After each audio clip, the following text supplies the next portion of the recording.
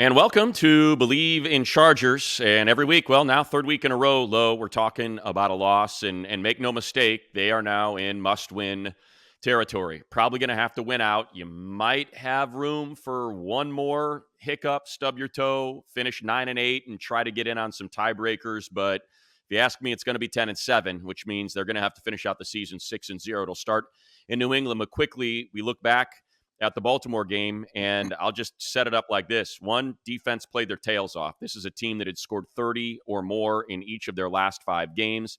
Defense held them in check, really dominated on third down. And for whatever reason, the offense, the two things they've been best at all season long. They come into this game leading the NFL in fewest giveaways, and they come into this game with the number 2 overall red zone offense. And they can't get either to work. They can't score in the red zone, and they cough it up. And it's not like it's young guys. It was Keenan Allen with one, it was Austin Eckler with one, and Justin Herbert with one. And that's how they end up losing this game this week. No question, Money. And I always say good teams find a way to win and bad teams find a way to lose. And right now, the Chargers aren't a good team. I know we're Charger fans, and I love this team and love the men that's on this team. You have too much talent for guys to take turns make a mistake. You have leaders making a mistake. Austin Eckler, one of the better backs in his league. Last week, a costly fumble against Detroit. This week, again, a costly fumble. Keenan. And these are guys that you know that are students of the game that take very much a lot of pride in their work. So this is a collective loss again.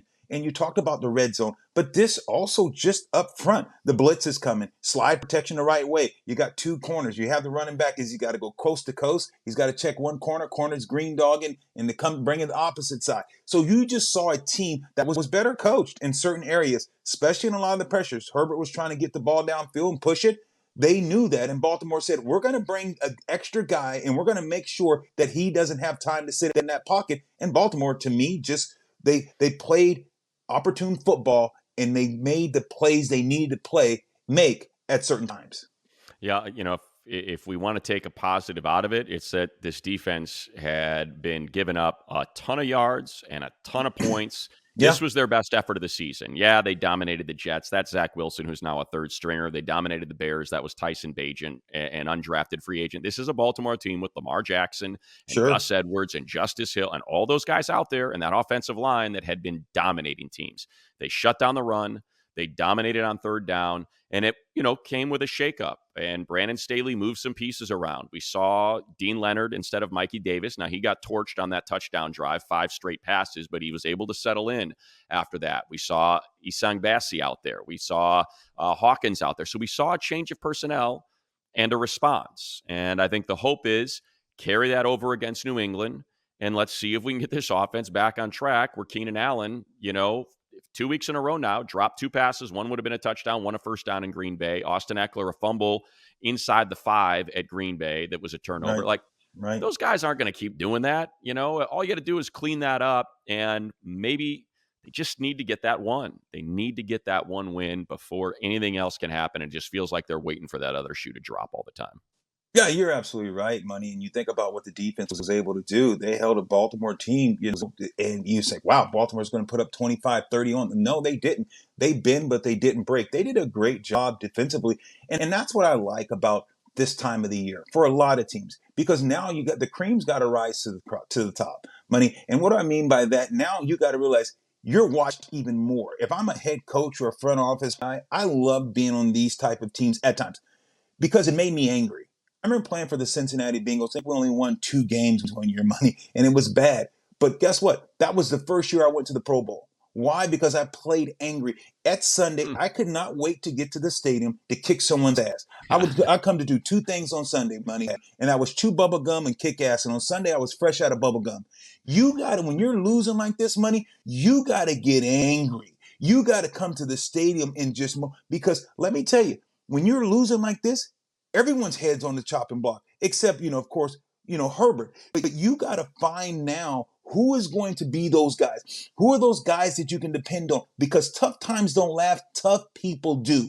Who's tough for the Chargers? That's what I want to find out now. Offensively, defensively, and collectively, coaching, everything. Now you have to coach and do even a better job all around, schematically included. Well, it's a perfect way to push it forward and leave Baltimore and that loss in the past. You're 4-7, and now we look toward New England. Well, I want to mention we got ourselves. Oh wait, I didn't see it start yet. There we go. Lo, want to mention we got a great opportunity for our listeners. It's through Bet Online, the number one destination for all your sports wagering info, up to the minute sports wagering news, odds, trends, prediction. It is the top spot for everything pro and amateur sports, and it's not just the big four, by the way. So everything available at your fingertips. You can do desktop, you can do on your smart device for almost any sport that is played, like MMA, international soccer. Bet Online has it all. And here is what we have for you through the Bleav network. Bleav is your promo code, BLEAV. Again, BLEAV, and you're going to get a 50% welcome bonus on your first deposit. So 50% on top of what you want to put in that first time using the promo code BLEAV. Bet Online, where the game starts. All right, Lo, let's bring him in. Guy that is no stranger to championships, two-time Super Bowl champion, not to mention his absolute domination on a lacrosse field in his amateur playing days, which we, of course, can appreciate in these parts. It's Chris Hogan, part of the Bleav network, does it when it comes to the Patriots, as we do it here for the Chargers. The Chargers making their way to New England, bit of a house of horrors for the Bolts every time they have to take that gnarly little winding road into Foxborough. This year, a little bit different, though, Chris. I mean, it's been a long time since we've seen a Patriots team look like this in Week 12. If you had to put your finger on one thing, what is it that's gone so wrong here? Man, there's so many things that have gone wrong, but obviously everyone's going to point fingers at the quarterback. You know, the quarterback position has been struggling all year. Really hasn't given them a chance to win any sort of football games. You know, the defense has been battling. They had some key injuries over the last couple weeks, which definitely hurt them. But, you know, the quarterback position is struggling, and that's just not going to be able to, you know, if you can't play that position well and you turn the ball over, you're not going to be able to win football games. And it's hard. It's hard to win this league without a good quarterback. Well, Chris, when you think about the Patriots and the Patriot way, and we know for 2 decades, Dornier, you had Tom Brady. And he's a guy, arguably the greatest quarterback that ever played. Is it just the quarterback position, or what is the other things that you look at this Patriot team and say, what's the hang up? Yeah, I mean, I think there's a number of things on that offense, right? I think they have some players on defense. I think that they're always going to have good special teams players. Bill's always going to pride himself on the special teams that play, just because that's where he started in the NFL and cares so much about that part of the game. I think offensively, I think they're missing parts. You know, I don't think that they don't have the James White. They don't have the third down back, the guy that they can really spread out and use, you know, in different ways. They don't have the slot receiver like Julian, Danny, you know, even myself, you know, guys that can kind of move around and be interchangeable in all these different parts of that offense. You know, they have guys like Pop Douglas, he was doing a very good job, and he's a young kid and he's growing, and I've seen him mature a lot as a football player over the course of the season. But I think they're just missing parts. You know, they don't really have a big time playmaker, someone that's going to stretch the field, that's going to open up, you know, their play action, the stuff like that we've seen over the years, where Tom and Gronk would just, you know, destroy teams on with all of the play action stuff across the field and across the middle. But we haven't seen any of that this year, and I think there's just, obviously it starts with a quarterback. And then, you know, goes to the offensive line and how they're able to protect and what they're able to do week in and week out for some of these teams. But I think just across the board, I just think we're missing certain parts for that offense and for that team to really be successful. You know, Chris, I go through like the game log. I got it over here to my right. So sorry for looking off screen for those watching. And, you know, I see the offense and the struggles, right? 7 points, 6 points, 17, 17, 17, 0. But then I look and it seems like the defense is playing okay as of late. I don't know if that's opponents or if, you know, because that's what we've always known about the Patriots, right? It's Bill Belichick's defense. It's a nightmare for most teams. Is that still, because we know it's given Herbert trouble in the past, is that still working? Yeah, for this I think team? so. I mean, they lost Christian, they lost Matthew Judon. You know, those were big pieces that they lost. Bill prides himself on how he's going to, every single week, he's going to dial up, you know, a whole new defense, and he's going to game plan totally different for the team that he's playing against and try to stop their best guy, give the quarterback challenges. And I think that defense has been playing well. Listen, in the beginning of the season, we were driving down to beat Philly, and at the end of the game, we had all of these. Right. We were driving to beat Miami or to tie the game. Like, we were in these games. Our defense was holding these teams to, or arguably some of the best offenses, in the NFL right now. They were holding them to 20, 17 points. Which, listen, as a defense and an offensive player, like, I can't expect my defense to do any more when you look at the other side of the ball and the playmakers that they have. So I think that the defense and Bill and what they've been able to do week in and week out, they've consistently held teams to, two scores, field goal, 17 points. I mean, that puts you in a position to win games, right? And I think it's just the offense that hasn't been able to capitalize on any of the turnovers that they're getting.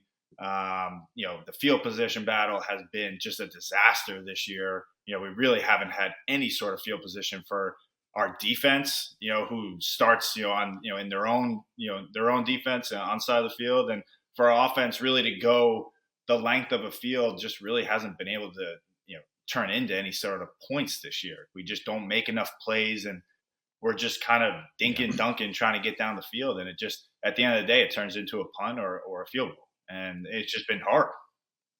No question, Chris. You're absolutely right.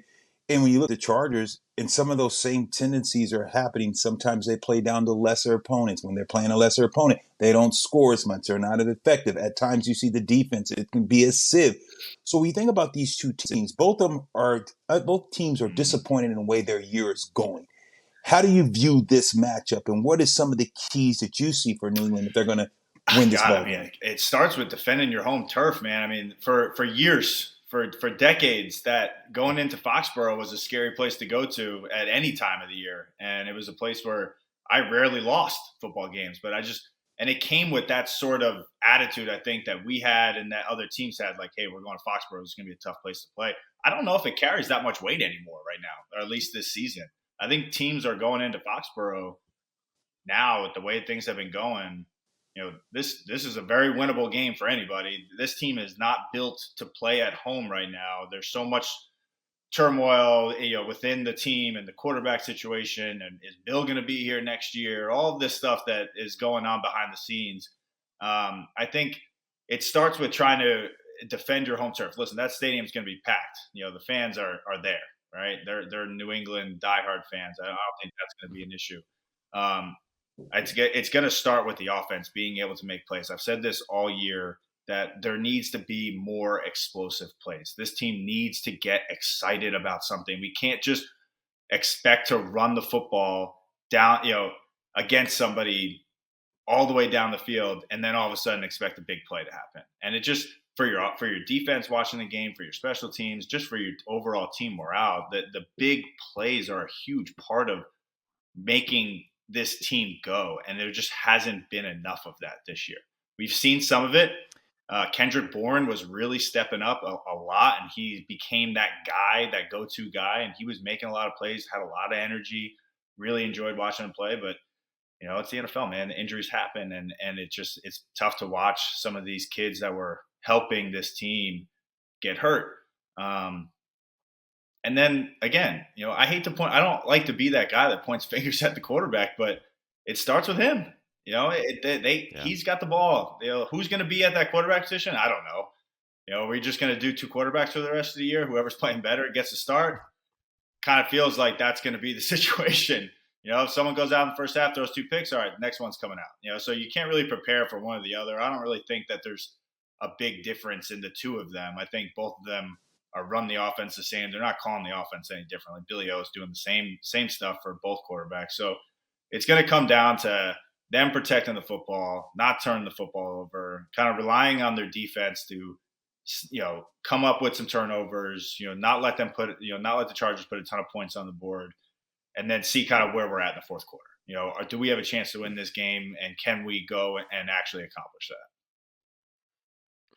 Yeah, Chris, just to have you put a set of eyes on the Chargers and what's gone wrong this season at 4-7. Don't know how much you've had a chance to watch or look at the film, but there's just a couple stats that really stand out. I think the one that tells the tale of the season the best, and man, it's a crazy freaking stat. They are 1-7 in one-score games, and they have had the ball with a chance to tie or take a lead in the last 5 minutes in every one of those games. And they are 1-7. So it's crazy. And their quarterback is Justin Herbert, right? Who has had these incredible games this year against Minnesota and Miami and Detroit and Green Bay. And yet you see that stat and you try to figure out, something's incongruous here. What is not connecting? Like what would you say when you hear that stat as to why a team with that quarterback and Keenan Allen is 1-7 with those circumstances surrounding? It'd be tough to put a finger on why. That's situational football, right? It's fourth quarter, game on the line, whether it's 2-minute offense, stuff like that. How well are you able to execute in those gotta have it situations where that you're going to be you're in 4-down territory going down the field. How well are you going to be able to execute those plays, knowing that you're probably not getting the ball back? Early on in the season, New England was going through the same thing. They lost a couple of games, one score going to tie, and it came down to execution. Guy wasn't able to get 2 feet in bounds. We fumbled the ball, we turned the ball over. So I think really it just comes down to execution and being able to be in those positions and executing at the most crucial point of the game. No matter, you have Justin, you have Keenan, you have guys that can make plays. I think it's just being able to lean on those guys as much as possible, really to make all those plays, and knowing that this drive, this possession, we're not going to get the ball back, and being able to kind of capitalize on that and turn those into points. And it's tough. It's not hard. It's not easy being in that position 7-8 times. It's like, damn, we got the ball again. We got to go try to win or tie a football game. How's this going to end? Right. It's defeating, man. For an offense trying to be, trying to do that, it's hard to do that week in and week out. But the teams the best teams that we, you and I and Lo, like we've watched, like those are the teams that can do that stuff. They don't really care. We're down 1 score. We got, however, no timeouts, whatever it is. Right. Like, give me the ball. Like we have the guys that we can do this with. We have faith in our offense, total trust in who's making the plays and who's throwing the ball. And the Chargers have that. Have those guys too, man. So I think that's you scratch your head on why you're not really be able to turn some of these things into wins. But again, it's tough to win in the NFL, especially in those situations. Chris, no question. Chris, when you think about just your stint in the NFL, my stint, and we've been around a lot of different coaches. I've had Bill Parcells, who's, that Belichick is a disciple. I've had Tony Dungy. His method is, hey, look, I'm not going to yell. I'm not going to cuss. I'm not going to swear. But Tony Dungy, he gets it out of the guys. I've had guys like Dick LeBeau. I've had, Jeff Fisher. Marty Schottenheimer, who's mentally, physically just a tough coach. Marty, and is going to be emotional. I've had a lot of different guys like Norv Turner. When you think about coaches, some are leaders of men, some aren't. When you think about work, Belichick and what he's done over the year, you look at Brady. How much was that relationship great? And then when you think about the Chargers, is Staley. You've seen him win a Super Bowl with the Rams. What kind of a coach, and what does that generate far as guys finishing games or just the mentality? Yeah. Do you see where I'm going with this? Yeah, it's kind of a mixed question, but Bill, something to that. Playing for Bill. First and foremost, I think Bill as a head coach, he prepared guys better than anyone I've ever been around, and there was that element of fear in that building that if you didn't do your job, you were going to get the call on Tuesday, right? So like after a loss, you kind of walking with your head down, coming in the facility. Like if I didn't do my job, like it didn't really matter. He didn't care, man. It didn't matter who you were or what thought of every play you messed up on, right? It didn't matter. So he relied on that for a very long time, but he also had 12. Right. And I think that was a very big part of that team and the franchise and that decade. There's 2 decades of winning championships and winning football games because guys went there and they wanted to play for him. Right. He leveled them up. Bill prepared them. to a T, right? We went through everything, every situation that could possibly come up in a game. Film tirelessly watching film and knowing and being prepared for everything that was going to happen week in and week out. And the coaching staff did a phenomenal job of that as well. But I think, it also comes down to the guys that are on the field on Sunday, right? And those guys that you're going to look to look for leadership and look for all that. Coaches aren't giving it to you. How many times in your career did you look for a coach to pump you up for in the fourth quarter of a game when you were down by a score? Like, coaches aren't giving it to you, man. Like, that right. Bill's not. He's silent on game day unless everything's gone to shit, and he needs to say something, right? It's like he's not that type of coach. And I've been around Rex. I've been around all of those coaches that were loud. Doug Marrone, guy that would get in your ear, rah guys. But rah guys. Bill was very different, and Ron Rivera, guy that was just very calm and cool on game day. Stuff that he didn't feel the need to pump up grown men to play a football, play this game that we love and that we prepare and put so much effort into. So on game day, he's the only people he's talking to is the refs and yelling at the coaches, right? I think it really comes down to the guys that are that are on the field. And who are those guys, right? When I came into New England, I leveled up, man, because I knew I had to level up for Tom. It wasn't because of Bill. It wasn't because listen, I didn't want to lose my job on Tuesday, so like that made a big difference in how I prepared for games and how I played and what I put into it. But I knew how much that guy was putting into it in his 18th year, and I needed to put in as much, or if not more, so that I could be on the same page as him and that I could help this team try to win football games. And that was up and down the roster, every single guy. Didn't really matter if practice squad, defense, special teams, it did not matter. And that was, it was one guy, man. It was that guy, and he leveled everybody up. And I think that's a big part of what they're missing right now. They're missing a guy that everyone wants to go out there and level up for. The fear factor, sure. The Patriot way, like it's not that this year is not that year.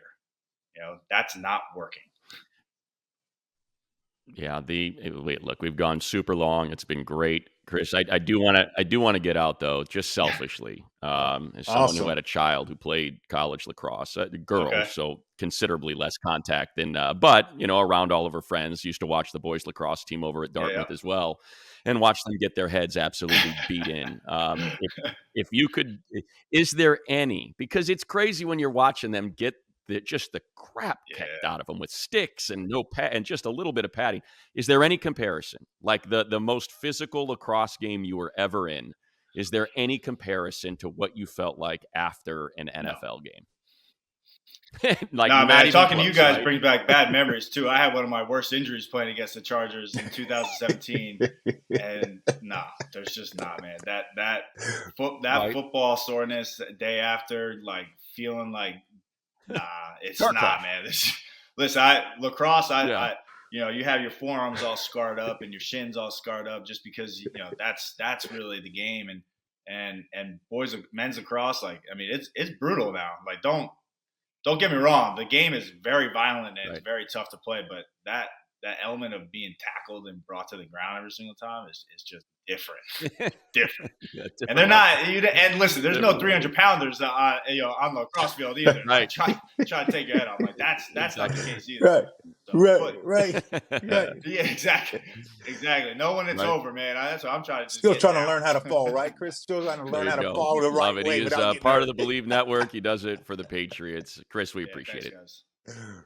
Well, Chris did a heck of a job there, just kind of getting this thing all laid out. But I'll just add this. As you look at New England, I mentioned it. This is an offense, and the Chargers offense is not going up against that Baltimore defense like they were last week. Patriots defense is good. It's very good. It's not elite. Like that Baltimore defense came in top 3 in every single major statistical category. But I just look at the offense. 7 points, 6 points, 0 points, 3 points. Like their big production is 17 points. And much like the Jets game, That's something that this Charger offense ought to be able to overcome. They should be able to score 21 to 24 points, and that should be enough to beat what has been an incredibly disappointing offensive year for the Patriots. No question. Their offense has been dismal. Let's talk about it, Money. It has been, I got a word for you, ferocious. But now let's see what the Chargers do. Because every week, Money, you always say, Lorenzo, what Chargers team is going to show up? Yeah. That's been your biggest question. You've said it week in and week out. You're like, look, if this team plays and it's sitting on all cylinders, it's not a team out there that you're afraid of. But who's showing up? And you know, there's a song, It Never Rains in Southern California, but you're going back to New England and it's going to be cold, the weather. So you got to play that. And this is not a layup. I get it. I get it. You've seen some teams that you and I thought was a layup. This is not a layup. In spite of as bad as the Patriots are playing, Belichick is going to get those guys to keep it close and see who's going to make a mistake. I don't look for this to be a blowout. Yes, on paper it should be, but I don't look for it that big because what I've seen from the Chargers thus far with the level of competition, what gives you hope that this is just going to be a one-sided game? Right. No, you're absolutely right. Every single game has been a one-score game, and they are 1-7. So it's 1-7 in terms of in the last 5 minutes, I should say. Obviously, they beat the Raiders, they beat the Vikings, they beat the Jets, they beat the Bears. But what I look at is, I think it's exactly what Chris spoke to. Execution. This team has not been able to execute. It's going to be a tight game. I went through the scores and just kind of mentioned what their one-score games: 10-6, 20-17, 21-17, 24-17, 25-20. That's the Eagles. That's the Dolphins. That's so it's going to probably be a tight game. And this team has got to figure out, and we'll leave you with this. Team has got to figure out how to win. That's exactly right. Execute, perform when the situation calls for it in its most crucial moments. And that's how you win football games. And if they don't, they still have a chance. That door is still open. 10-7 is going to get you into the playoffs in the AFC. There are too many teams that are leveled at 5-6 losses. 10-7 is going to get in. So they have no more room. They cannot lose another game. As long as they stack wins, they still have a chance to get into the tournament, and it all starts at Foxborough. No question. We'll see, Money. We shall see.